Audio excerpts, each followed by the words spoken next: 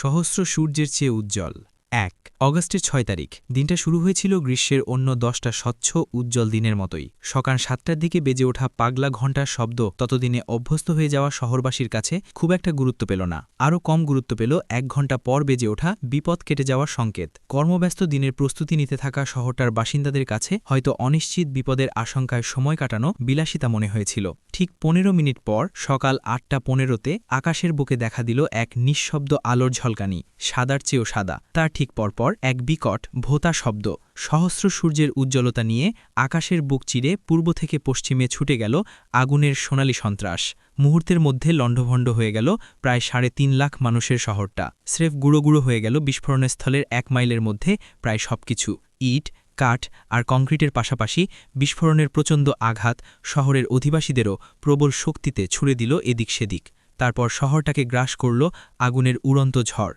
বৃদ্ধ বাবার চশমা, নিশ্চিন্ত চোখে পৃথিবীকে দেখতে থাকা আধো আধো বোলের শিশু, সতর্কতার সাথে বাছাই করা খেলার সাজ সরঞ্জাম আর দোলনা, ২ ঝুঁটি করা স্কুল ড্রেসের ছোট্ট খুকির হাসি, ক্লাসের দুষ্টু ছেলেটার লাল ব্যাগ, রাস্তায় হাঁটতে হাঁটতে হঠাৎ স্ত্রীর কথা মনে পড়ায় অন্যমনস্ক যুবক, বারান্দায় দাঁড়িয়ে আনমনে পথের কোলাহলের দিকে চেয়ে থাকা ভেজা চুলের তরুণী, অর্ধেক অঙ্ক কষা ব্ল্যাকবোর্ড, সদ্য খোলা অফিসের পেটমোটা ফাইল, ঘাসফুল, প্রজাপতি, পাখি, নিমিষেই মুছে গেল সবাই, সবকিছু। আগুনের তীব্র উত্তাপে ঝলসে গেল টিকে থাকা অল্প কিছু রাস্তা, দেয়াল আর ব্রিজের রং। খোলা রাস্তায় দাঁড়িয়ে থাকা মানুষদের অনেকের ছায়া স্থায়ীভাবে গেঁথে গেল সেখানে। বিস্ফোরণের ১ মিনিটের মধ্যে মারা গেল ১ লক্ষের মতো মানুষ, আহত হল আরও প্রায় ১ লক্ষ। ধীরে ধীরে শহরটার উপর আকাশটাকে ঢেকে দিতে শুরু করল ব্যাঙের ছাতার মতো পাক খেতে থাকা ধোঁয়া আর ধুলোর বিশাল এক মেঘ। রাস্তা আর ফুটপাত জুড়ে ছড়িয়ে পড়ে থাকা হাজারো মানুষ দিনভর তন্দ্রাচ্ছন্নের মতো ঠায়ে বসে রইল, বমি করল, তারপর মারা গেল। পুড়ে যাওয়া শরীর নিয়ে কোনোমতে নদীর পার পর্যন্ত এসে সব শক্তি হারিয়ে সেখানেই নিথর শুয়ে থাকল আরও কয়েক হাজার। সন্ধ্যার দিকে বাড়তে থাকা নদীর পানিতে নীরবে নিঃশব্দে তলিয়ে গেল অনেকে। আর নৌকায় ওঠানোর জন্য হাত ধরে টানতেই নিচের মাংস উন্মুক্ত করে সরসর করে গ্লাভসের মতো খুলে এলো কারো কারো রক্ত পুজ মাখানো চামড়া। চুরমার হয়ে যাওয়া হিরোশিমার রক্তমাংসে পিচ্ছিল রাস্তা দিয়ে এলোমেলো হাঁটতে দেখা গেল জনাবিষেক সৈনিককে। শূন্য চোখের কোটরের নিচে পুড়ে যাওয়া গাল বেয়ে গড়িয়ে গড়িয়ে পড়ছে ওদের গলিত চোখ। সম্ভবত বিস্ফোরণের সময় আকাশের দিকে তাকিয়েছিল ওরা। চরম বিধ্বংসী ক্ষমতা নিয়ে ১৯৪৫-এর ৬ অগাস্ট হিরোশিমার মাটি থেকে ১৯০০ ফিট ওপরে ৬৪ কেজি ইউরেনিয়াম ২৩৫ নিয়ে বিস্ফোরিত হয়েছিল লিটল বয়, মানব ইতিহাসে প্রথমবারের মতো যুদ্ধাবস্থায় ব্যবহৃত আণবিক বোমা। লিটল বয়ের আঘাতে ধ্বংস হয়ে গিয়েছিল হিরোশিমার ৭০% বিল্ডিং। আমেরিকান দাবি অনুযায়ী প্রথম দিনে মৃতের সংখ্যা ৬০ থেকে ৯০,০০০-এর কাছাকাছি। জাপানিদের মতে সংখ্যাটা আরও অনেক বেশি। ৩ মাস পর ১৯৪৫-এর ডিসেম্বরের হিসাব অনুযায়ী এ বোমার কারণে নিহতের মোট সংখ্যা ছিল প্রায় ১,৪০,০০০। হিরোশিমা নগর কর্তৃপক্ষ, জাপানের স্বাস্থ্য এবং স্বরাষ্ট্র মন্ত্রণালয়ের বরাতে ছাপানো অ্যাসোসিয়েটেড প্রেসের ২০১৬-র রিপোর্ট অনুযায়ী বিস্ফোরণ পরবর্তী দশকগুলোতে রেডিয়েশনজনিত অসুস্থতায় মৃতদের হিসাবে ধরলে সংখ্যাটা দাঁড়ায় ৩ লক্ষের কাছাকাছি। ৩ দিন পর নাগাসাকিতে ফেলা হয় দ্বিতীয় আণবিক বোমা ফ্যাটম্যান। ৬ দিন পর ১৯৪৫ সালের ১৫ই অগাস্ট জাপান আত্মসমর্পণ করে। অদ্ভুত ব্যাপারটা হলো, অভূতপূর্ব এ ধ্বংসযজ্ঞ চালানো হয়েছিল এমন সময়ে যখন জাপান সম্মানজনক আত্মসমর্পণের পথ খুঁজছিল।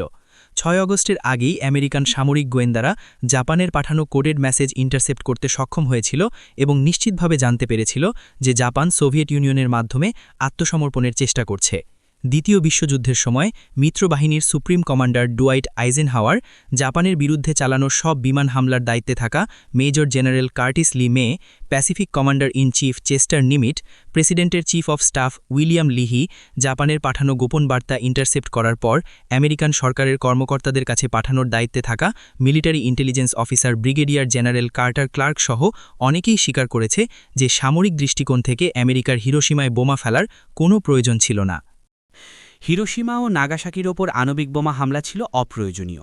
তবুও সামরিকভাবে অপ্রয়োজনীয় এ হামলার সিদ্ধান্ত নেয় আমেরিকা। বিশ্বমঞ্চে অপ্রতিরোধ্য অজেয় মহাশক্তিধর সুপার পাওয়ার হিসেবে নিজের কর্তৃত্ব পাকাপোক্ত করা এবং প্রশান্ত মহাসাগরীয় অঞ্চলে সোভিয়েত ইউনিয়নের কর্তৃত্ব প্রতিহত করা আণবিক বোমা হামলার মাধ্যমে এক ঢিলে এই ২ পাখি মারার ফন্দি আটে আমেরিকা। আমেরিকার ভূরাজনৈতিক হিসেব নিকেশ আর কূটনীতির বলি হতে হয় হিরোশিমা ও নাগাসাকির প্রায় ৪ লক্ষ মানুষকে। ক্ষমতার নেশায় বেসামাল ব্যাপক ও বিস্তৃত আধুনিক হত্যাযজ্ঞের উদ্গ্রীব স্থাপতি আমেরিকার এই হামলা শুধু গণহত্যা ছিল না, ছিল রাষ্ট্রীয় সন্ত্রাস, সত্যিকার অর্থে মানবতার বিরুদ্ধে অপরাধ।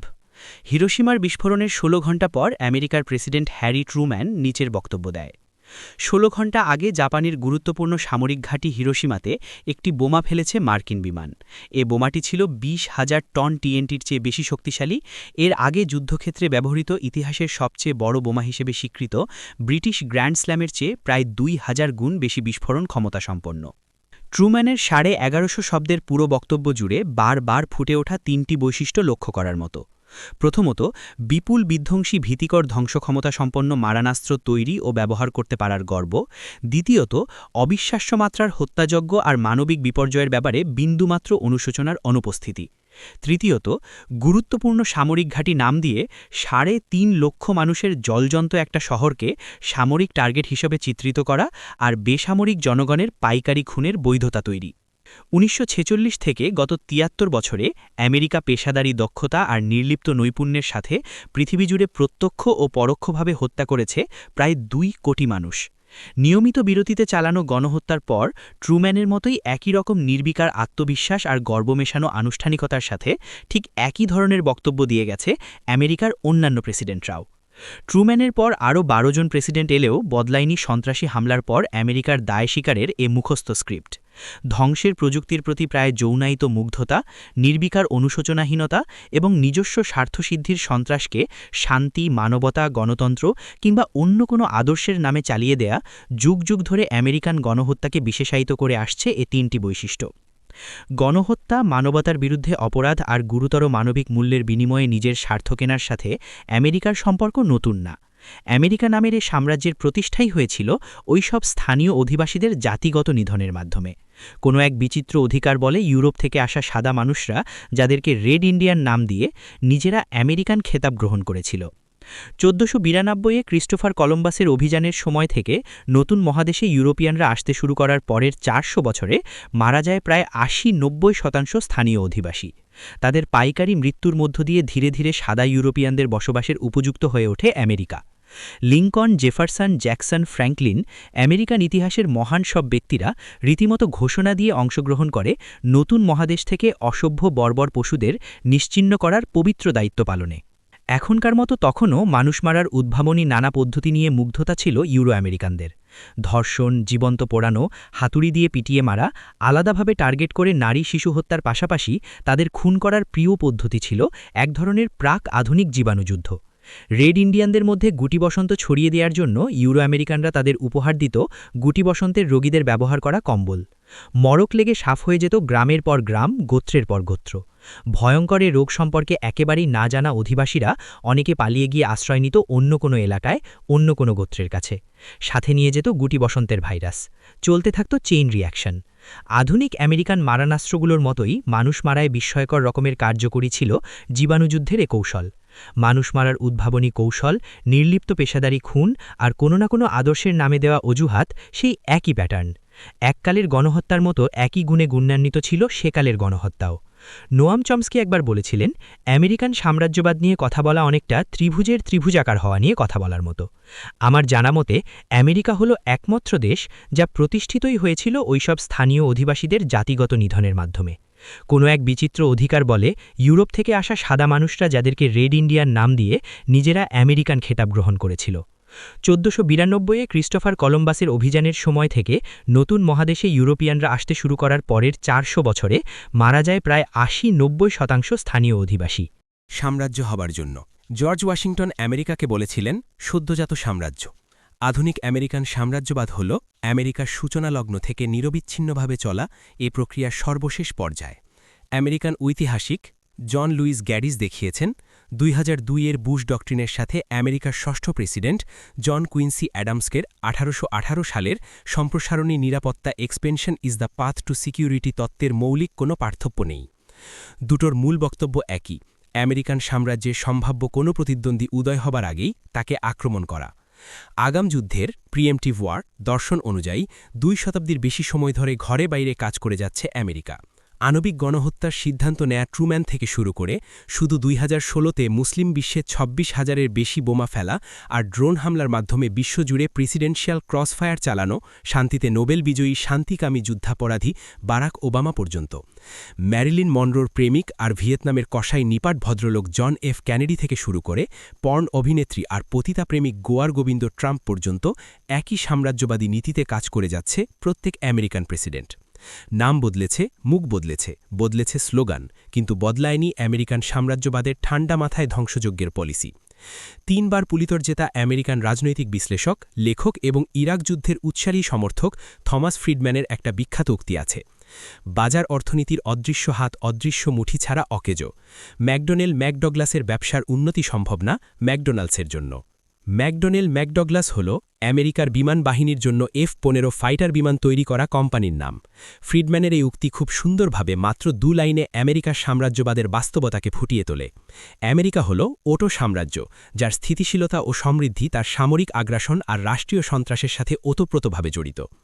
যে কোনো মূল্যে আমেরিকান সাম্রাজ্যের সমৃদ্ধি প্রথম ও শেষ কথা, বাকি সবকিছু ফুটনোট। আমেরিকার জন্য আরও বেশি, বাকি পৃথিবীর জন্য আরও কম।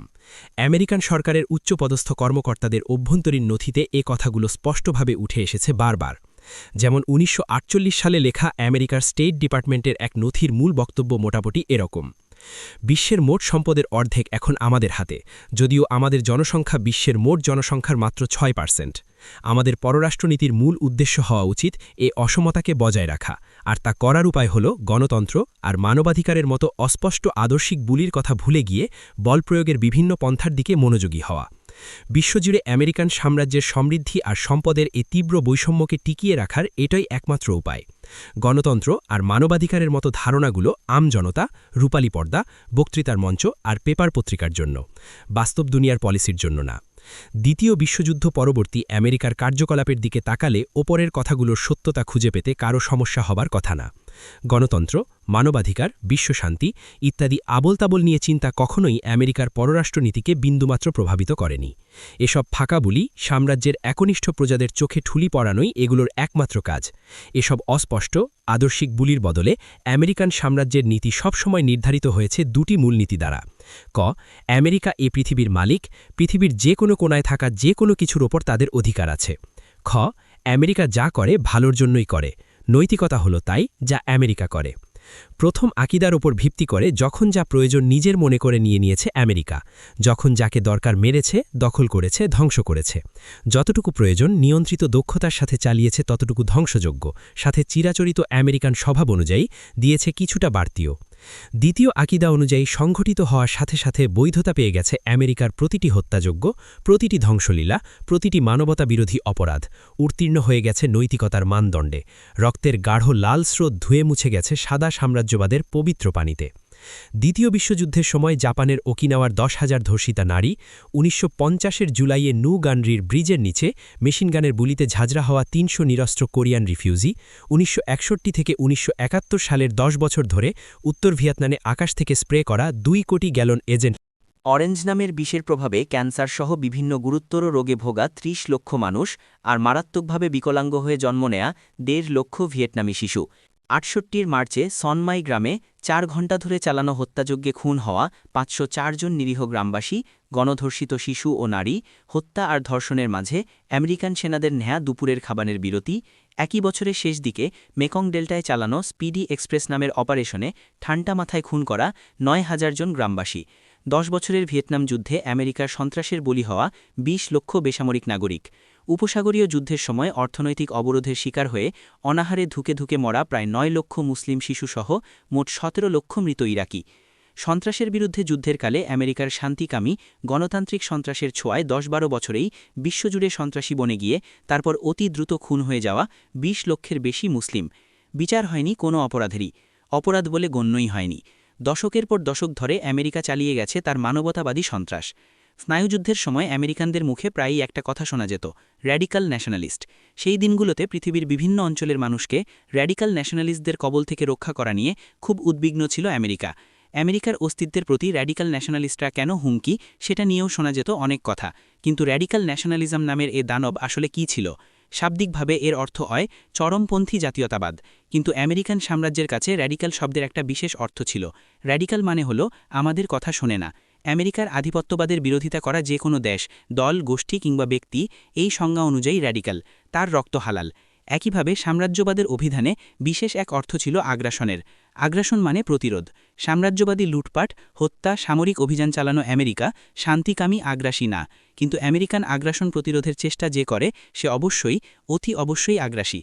স্নায়ুযুদ্ধের সময়কার এই ফর্মুলা আজকের সন্ত্রাসের বিরুদ্ধে যুদ্ধের যুগে প্রায় হুবহু ব্যবহার করা হচ্ছে। শুধু চরমপন্থী জাতীয়তাবাদের জায়গায় বসেছে ইসলামী চরমপন্থা, র্যাডিক্যাল ইসলাম, আর আগ্রাসনের জায়গায় এসেছে সন্ত্রাস। নিজেদের চিরাচরিত উদ্ভাবনী স্বভাব বজায় রেখে এই নতুন শব্দগুলো দিয়ে আমেরিকা তৈরি মডারেট। ভালো মুসলিম হলো আজ্ঞাবহ মুসলিম, যে আমেরিকাকে ভালো পায়। আমেরিকা যতটুকু মেনে নেবে তার ইসলাম ততটুকুই। আমেরিকা যা পছন্দ করে না সেটা তার কাছে চরমপন্থা, সন্ত্রাস, জঙ্গিপনা। দুবেলা দুমুঠো খেয়ে পড়ে আমেরিকার কাছ থেকে শান্তিকামী, সভ্য, ভব্য খেতাব নিয়ে রাতে নিশ্চিতে ঘুমোতে পারলেই সে খুশি। হাউস নিগার, ডিনার টেবিলের পাশে মনিবের ছুড়ে দেয়া ছিটেফোঁটা খাবারের টুকরোর জন্য উদ্গ্রীব চোখে তাকিয়ে থাকা, অনবরত লেজ নাড়াতে থাকা গর্বিত সাম্রাজ্যপ্রেমী মডারেট কুকুর। আর র্যাডিক্যাল মুসলিম হল আমেরিকার কথা না শোনা দুষ্ট মুসলিম, ওই মুসলিম যে আমেরিকান সাম্রাজ্যবাদ আর সন্ত্রাসবাদকে মেনে নেয় না। ইসলামের বিরুদ্ধে 90 ক্রুসেইডে যারা আমেরিকার দলে তারা মডারেট, ভালো মুসলিম। যারা আমেরিকান ক্রুসেইডের বিরোধিতা করে তারা র্যাডিক্যাল, খারাপ মুসলিম। সাম্রাজ্যবাদের অভিধানে ঠিক করে রাখা আছে শান্তি আর সন্ত্রাসেরও আলাদা সংজ্ঞা। শান্তি হল 7 দশক করে জাতিগত নিধনে লিপ্ত দখলদার জায়নিস্ট ইসরায়েলকে দেওয়া সামরিক, রাজনৈতিক ও অর্থনৈতিক সহযোগিতা, আর 2 পবিত্র মসজিদের মাটিতে সামরিক ঘাঁটি তৈরি করা। 20 শান্তি হল Hellfire missile, drone warfare, targeted killing, enhanced interrogation, মানচিত্রে ছড়িয়ে ছিটিয়ে থাকা ব্ল্যাক সাইট, আর মাদার অফ অল বম্বস। শান্তি হল আবু ঘুরাইবে সন্তানের সামনে ধর্ষিতা মা, মায়ের সামনে ধর্ষিত কিশোর, মুসলিমদের নগ্নদেহের পিরামিড, আর ওয়ান্তানামোর কমলা রঙের জামস্যুট। শান্তি হল 14 বছরের আবির আল জানাবির গণধর্ষণ, হাদিসা, ফাল্লুজা, মুসুল, রাক্কা, বাঘুসের গণকবর, আর ডিপ্লিটেড ইউরেনিয়ামের ব্যবহারে মুসলিম মায়েদের গর্ভে জায়গা নেয়া বিকৃত ভ্রূণ। শান্তি হল ডক্টর আফিয়া সিদ্দিকীর ধর্ষণ, শেকলে ঝুলতে থাকা হাবিবুল্লার নিথর দেহ, আর বাগরামে পৃথিবীর বুকে উঠে আসা এক টুকরো নরক। শান্তি হল 83 বার ওয়াটারবোর্ডিংয়ের পর আবু জুবাইদার অনিয়ন্ত্রিতভাবে কাঁপতে থাকা দেহ, মুখ দিয়ে বের হওয়া ফেনা। শান্তি হল ধ্বংস, মৃত্যু, অপমান। শান্তি হল কলেটেরাল ড্যামেজ নামের জাদুমন্ত্র। আর সন্ত্রাস হল আমেরিকার সাম্রাজ্যবাদী আগ্রাসন প্রতিহত করার যে কোনো চেষ্টা।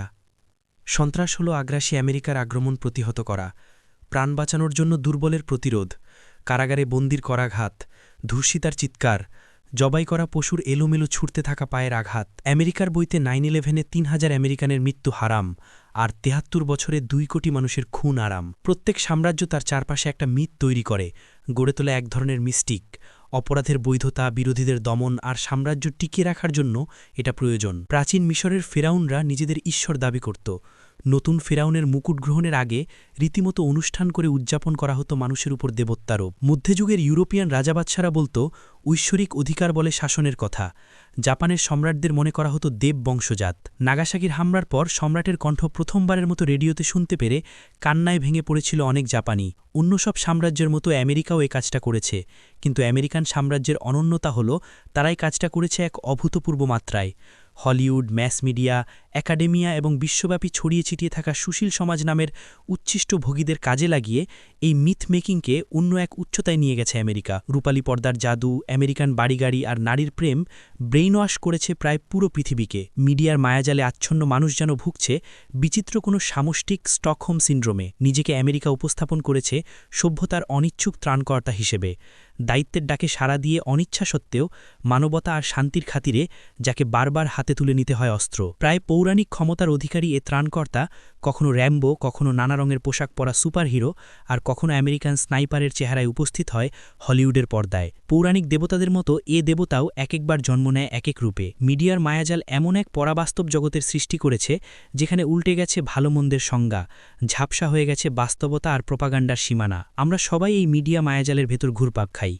মিডিয়া আমাদের শান্তির বুলি মুখস্থ করায় আমরাও পুনরাবৃত্তি করে যাই তোতা পাখির মতো, সাম্রাজ্যের ঠিক করে দেয়া শান্তির সংজ্ঞা নিয়ে মাথা ঘামাই না। মিডিয়া আমাদের সন্ত্রাসের একটা সংজ্ঞা শেখায়, আমরাও সন্ত্রাসের বিরুদ্ধে প্রতিবাদী উচ্চকণ্ঠ হই, ব্যতিব্যস্ত হই নিন্দা জানাতে। কিন্তু শত শত বছর ধরে চলতে থাকা পশ্চিমা বিশ্বের মহাদেশীয় সন্ত্রাস, রাষ্ট্রীয় সন্ত্রাসের বিরুদ্ধে কিছু করা তো দূরের কথা, কিছু বলার চিন্তাও আমরা করি না। মিডিয়া আমাদের শেখায় মানবাধিকার, ব্যক্তি স্বাধীনতা আর মুক্ত চিন্তার কথা। আমরাও মাথা নেড়ে সাই দিই, কিন্তু আমরা তাকাই না এসব গালভরা বুলির আস্তরণের নিচে থাকা সমকামিতা, উভকামিতা, শিশুকামিতা সহ নানা বিকৃতিতে জর্জরিত পশ্চিমা সভ্যতার নোংরা, দুর্গন্ধময়, দগদগে ঘায়ের দিকে। মুন্সিয়ানার সাথে আমেরিকান প্রচারযন্ত্র এমন এক জগৎ তৈরি করেছে যেখানে শব্দগুলো তাদের অর্থ হারিয়ে ফেলে, তারপর ধারণ করে নতুন সব অর্থ সাম্রাজ্যের আদেশ অনুযায়ী। এ জগতে শান্তি অর্থ যুদ্ধ, স্বাধীনতা অর্থ দাসত্ব, আর অজ্ঞতাই হল শক্তি। শব্দ আর ভাষার নিয়ন্ত্রণে আমাদের চিন্তাকে নিয়ন্ত্রণ করে সাম্রাজ্য। মিথ্যের বেসাতিতে গড়া আমেরিকার এই আদর্শিক উপনিবেশ ছাড়িয়ে গেছে তাদের শারীরিক সাম্রাজ্যের সীমানা। সামরিক আগ্রাসনের চেয়ে অনেক বেশি সফলতার সাথে দখল করেছে চিন্তার আগ্রাসনের মাধ্যমে। মানসিক দাসত্বের শেকলে বেঁধে আমাদের বন্দী করে রেখেছে চিন্তার কারাগারে।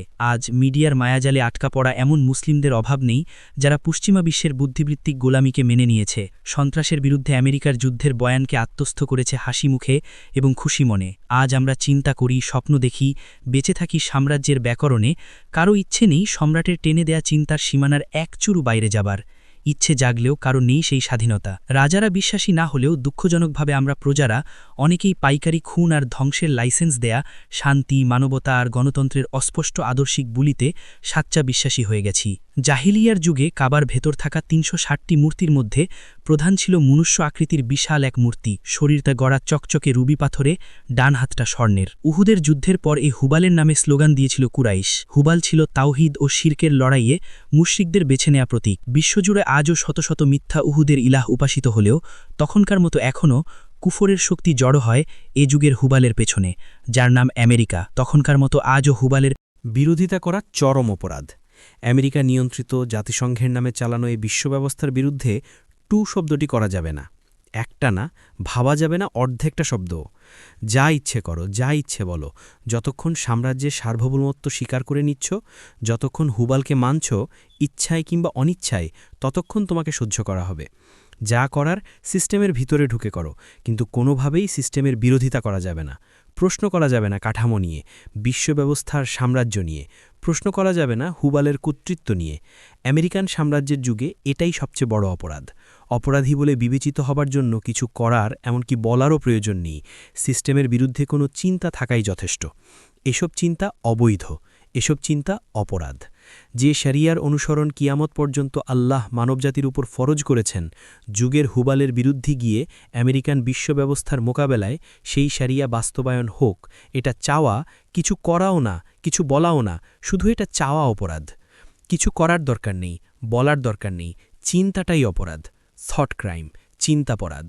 আর যারা চিন্তাপরাধ করার স্পর্ধা দেখায়, সাম্রাজ্যের খাতায় তারা অবাধ্য, র্যাডিক্যাল, সন্ত্রাসী, বিনা প্রশ্নে গুম, নির্যাতন ও হত্যাযোগ্য না মানুষ। এই সংজ্ঞাগুলো, এই চিন্তাগুলো আমাদের মন ও মস্তিষ্কে গেঁথে দেয়া, ওদের কাঠামোয় আমাদের ভাবতে বাধ্য করা হলো আমেরিকান সাম্রাজ্যের সবচেয়ে বড় সাফল্য। যুগের হুবালে চারপাশে গড়ে ওঠায় মায়াজাল, এ মিথ আর মিস্টিক না ভেঙে চিন্তার কারাগার থেকে মুক্তি পাওয়া অসম্ভব। সাম্রাজ্যের বেঁধে দেয়া ছকের বাইরে গিয়ে সিস্টেমকে প্রশ্ন করা, প্রথাগত প্রথাবিরোধিতা আর নিয়মতান্ত্রিকতার বিভ্রান্তিকে বিসর্জন দিয়ে এ বিশ্বব্যবস্থাকে প্রত্যাখ্যানের স্পর্ধা হল মানসিক দাসত্বের বাঁধন ছেঁড়া আর আদর্শিক উপনিবেশ থেকে মুক্ত হবার প্রথম ধাপ। যুগের হুবাল আর তার চারপাশে গড়ে ওঠা মিথ্যের বসত ভাঙার প্রথম হাতিয়ার, চিন্তাপরাধ।